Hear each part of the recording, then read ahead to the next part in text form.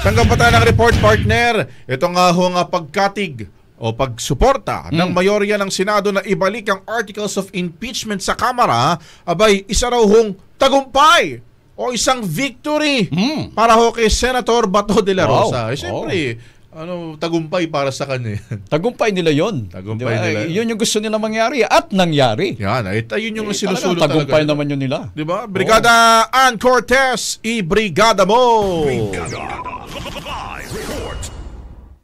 Brigada Abs, kinumpirma nga ni Senador Ronald Bato de la Rosa na itinuturing niyang victory o tagumpay ang pagkatik sa kanya ng 18 senador na i-remand o ibalik na sa Kamara ang articles of impeachment na inihain laban kay Vice President Sara Duterte.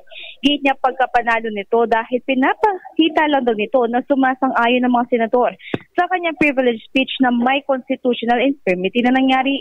Ayon pa sa kanya, more or less daw ay mukhang tama si Senadora Risa Hontiveros na medyo lapit ito sa dismissal, pero paglilinaw niya, hindi ibig sabihin nito na ibinabasura na nila ang kaso.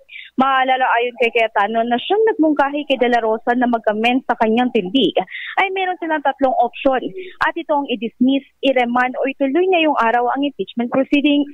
Ngunit sa ngayon wala pang tiyak na impormasyon kung ano-ano ang mga mangyayari mamaya. Bagamat bago magtapos ang sesyon kagabi ay nag-issue na ng summons sa Vice Presidente. Samantala ngayong alas 11 ng umaga ay may nakatakdang press conference si Senate President Cheese Escudero para talakayin ito. Brigada Gab, Brigada Ab. Anyways, maraming salamat, Brigada Ann. Thank you.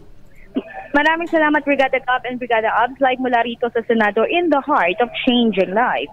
Ako si Brigada Ann Cortez ng 105.1 Brigada News FM Manila, the Music News Authority. Nakasentro sa mga napapanahong paksa. Tira Brigada! Tira Brigada! Tira Brigada! Ang bahaging ito ay hatid sa atin ng Standout ES4 Capsule. Simulang tuparin ang pangarap ng iyong anak. And stunting now!